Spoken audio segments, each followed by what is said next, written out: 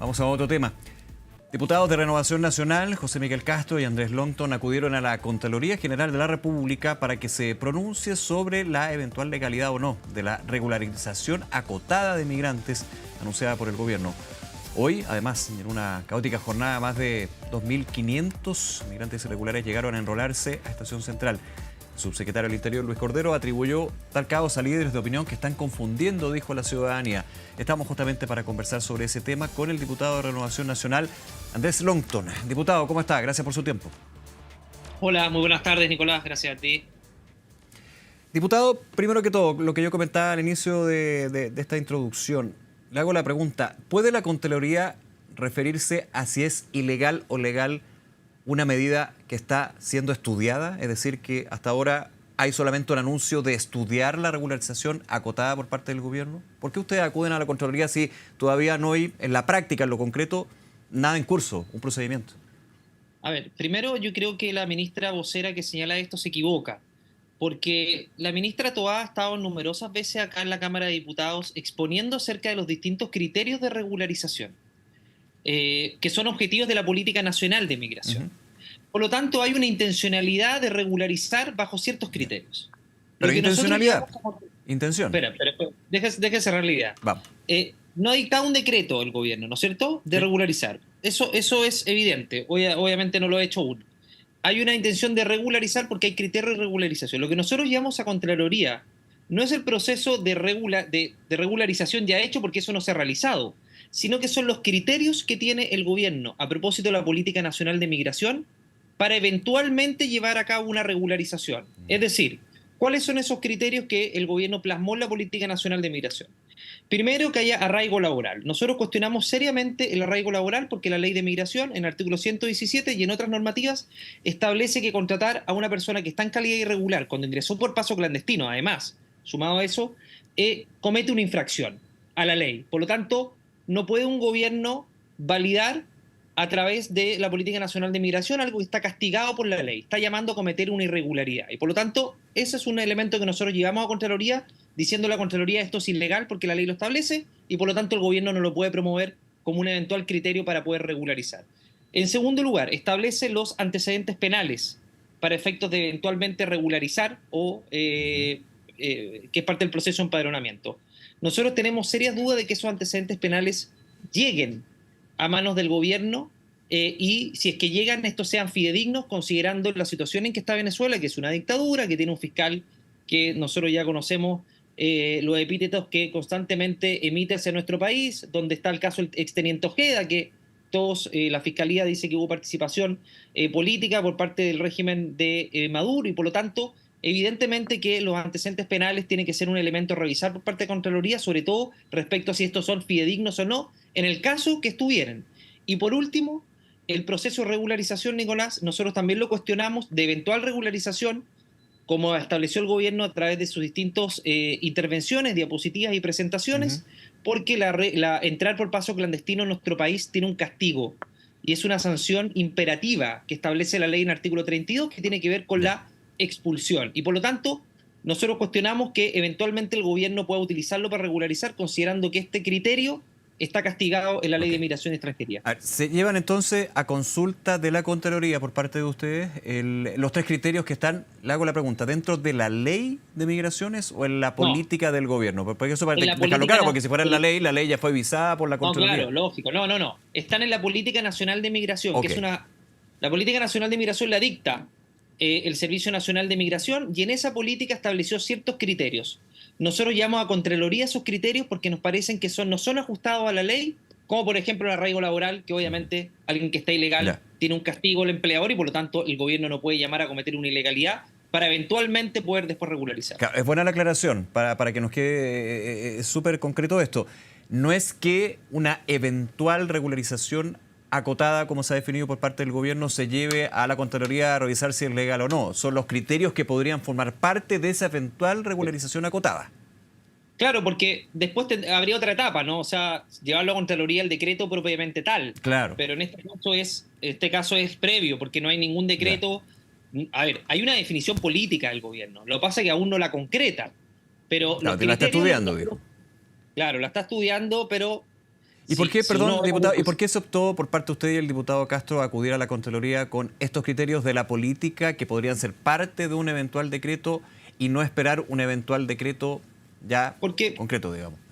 Sí, porque ya es tarde ya, Nicolás, ya es tarde. Cuando se emiten los decretos ya hay un curso, ya está en curso, ya hay una acción que está desarrollada y por lo tanto, obviamente que hay que anticiparse a esa situación para que no se produzca. Nosotros podemos llevarlo en las dos etapas.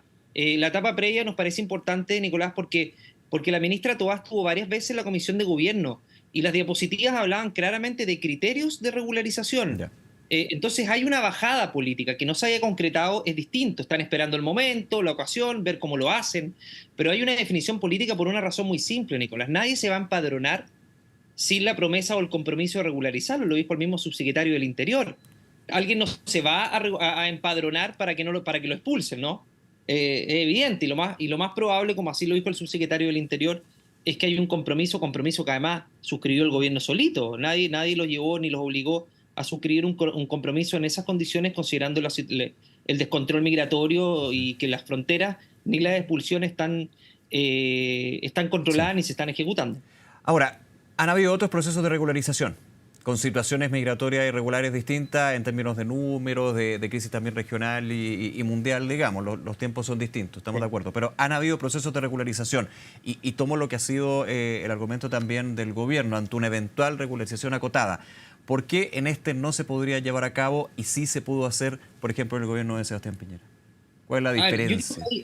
sí, se llevaron de manera distinta y en un contexto distinto que estamos en el país. Son dos cosas. Primero, el gobierno del expresidente Piñera no regularizó, lo hizo, creo que fueron 12.000, apenas llegó el gobierno respecto a quienes ingresaron por paso clandestino. La mayoría de los que regularizó el expresidente Piñera eran personas que tenían su visa, que entraron de manera regular a Chile y que tenían su visa vencida.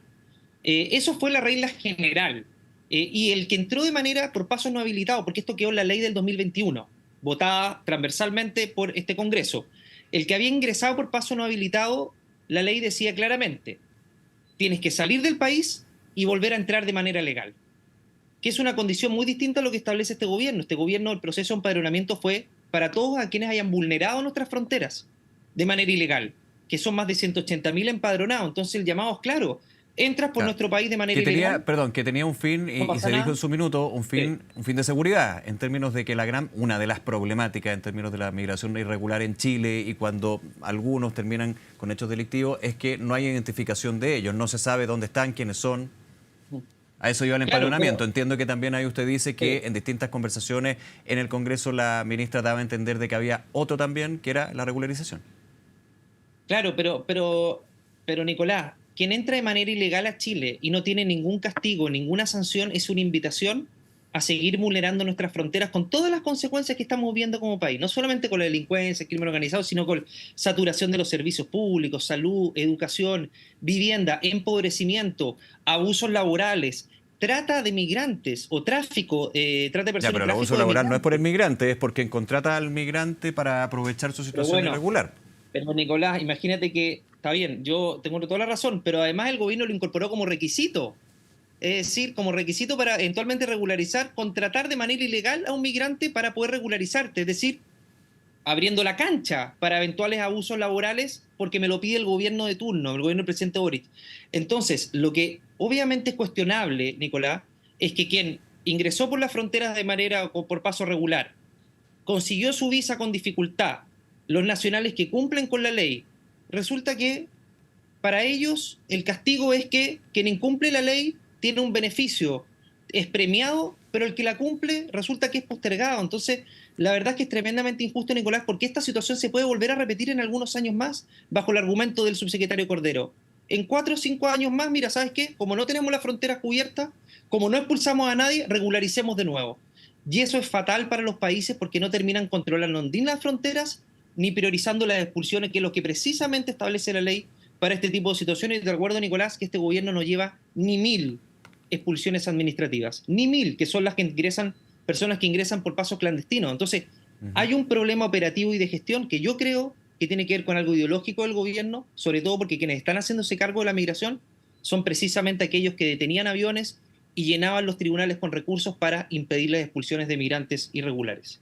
¿La solución es la expulsión de todos los migrantes irregulares que actualmente están en Chile? Lo pongo, digamos, a modo Sí. quizás bastante extremo, pero para entender que es la discusión que se está dando desde hace un buen tiempo, no solamente Mira, ahora. yo creo, Nicolás, que primero tiene que haber un control de nuestras fronteras Ujú. y eliminar incentivos para ingresar a Chile. Hoy día Chile está lleno de incentivos. Las fronteras están desbordadas, el ejército tiene pocas atribuciones, Bolivia no recibe a los de ciudadanos no bolivianos. Ingresas a Chile, trabajas, nadie sanciona a los que trabajan ilegal, a los empleadores que trabajan, nadie. Tiene salud gratis, educación gratis, entonces hay que empezar a combatir los incentivos para que migrantes que quieren traspasar nuestras fronteras y no pedir visas en su país de origen no ingresen a Chile. Ya. Entonces, si no Pero tenemos eso va en controlado... desmedro de los que ya están en Chile, perdón la interrupción. Y ahí Sí, está lo difícil, digamos, claro. de esto. Yo entiendo lo del disuasivo, por supuesto, pero aquellos quienes ya están, que es un hecho, una realidad, son miles, no darles la posibilidad de salud, educación, normal, elementos Es que van a básicos. seguir ingresando. Nicolás, van a seguir ingresando Pero de ¿qué se esa hace con manera. los que ya están acá? A eso me refiero. Yo creo que la regla general es la expulsión, Nicolás. Ya. Y podrás ver casos determinados, eventualmente por razones humanitarias, de refugio, etcétera, etcétera. Pero si la regla general es la regularización, es una invitación constante a seguir vulnerando nuestras fronteras de manera ilegal, sin ningún tipo de castigo, y todo lo contrario, premiándote, regularizándote. Entonces, la verdad es que mientras nuestro país y el gobierno, en este caso el presidente Boric, no tome medidas más contundentes para controlar nuestras fronteras y eliminar desincentivos, como por ejemplo, Nicolás, establecer el ingreso irregular como delito. Nosotros aprobamos por una amplia mayoría acá en la Cámara de Diputados y está en el Senado aquello. Y la verdad es que está durmiendo en el Senado, porque si no estableces como delito esto, se convierte en una infracción administrativa que Ujú. finalmente no se cursa y terminas ingresando tranquilamente por nuestras fronteras sin ninguna dificultad. Y eso obviamente que tiene agotado gran parte del país, Nicolás, principalmente por la saturación de los servicios, el empobrecimiento y sin ninguna Sí. duda el Tren de Aragua esto lo sabe. Mira, para cerrar, Nicolás, habían unos audios de un proceso judicial penal contra algunos miembros del Tren de Aragua. Y ellos lo decían claramente, entrar a Chile está tirado. Entras, te autodenuncias y no pasa Claro, es nada. fácil. Es fácil. Entonces, obviamente que este tipo de cosas terminan incentivando que en Chile entrar de manera ilegal no tiene ninguna Sí. consecuencia. Diputado Lonton, nos quedan unos minutos. Preguntarle, dentro de este tema también, lo que sucedió el día de hoy en Estación Central. Este proceso que se llevó a cabo durante la jornada, hubo confusión, también en el contexto de lo que ha sido esta discusión sobre una eventual regularización acotada. En enrolamiento, varios pensaron que en empadronamiento, el subsecretario del Interior dijo, bueno, esto también en parte por líderes de opinión que han confundido esto. ¿Cómo ha visto este hecho en particular el día de hoy? Sí, yo no sé quién confundió y quién llamó a la confusión, pero esto es algo muy distinto al empadronamiento. Si es que se produjo la confusión en migrantes, tiene que ver porque quizás el gobierno lo comunicó mal o este proceso de regularización o eventual regularización, muchos lo entendieron como ir al registro civil y enrolarse. El enrolamiento tiene un rol que es bien cuestionado y que está siendo objeto ahora también de discusión acá en el Congreso, que tiene que ver con que el que ingresó de manera irregular, traspasando por paso clandestino otra frontera, se va a enrolar y con eso tiene salud gratuita y tiene acceso a la educación y muchas veces de manera prioritaria. En los jardines Junji, Nicolás, tiene prioridad el hijo de migrante irregular, lo que es algo tremendamente injusto y es absolutamente indignante para familias que tienen que esperar mucho tiempo y que cumplen con la ley, pagan sus contribuciones respecto a familias que ingresan por las fronteras precisamente para utilizar la salud pública o bien tener prioridad en materia de educación, a pesar de que incumple la ley. Entonces, ese tipo de cosas genera indignación en la sociedad. Nicolás, yo te quiero dar un dato que es tremendamente importante. En los últimos años, más de 800.000 migrantes se han enrolado para poder tener acceso a salud pública FONASA. Más de 533.000 no ponen ningún peso al sistema público de salud. 184.000 se enrolaron en el 2023. Y eso le ha costado al Estado más de 2.800 millones de dólares. Entonces, también tenemos que preguntarnos si nos hace bien regularizar de manera masiva y seguir con aquello que tiene a nuestra salud pública absolutamente saturada precisamente por quienes, aprovechando estos beneficios o privilegios por incumplir la ley, traspasan nuestras fronteras de manera ilegal. Diputado Andrés Lonton, se nos termina el tiempo. Gracias por acompañarnos, diputado. Que esté muy bien. Muchas gracias a ti, Nicolás. Hasta luego.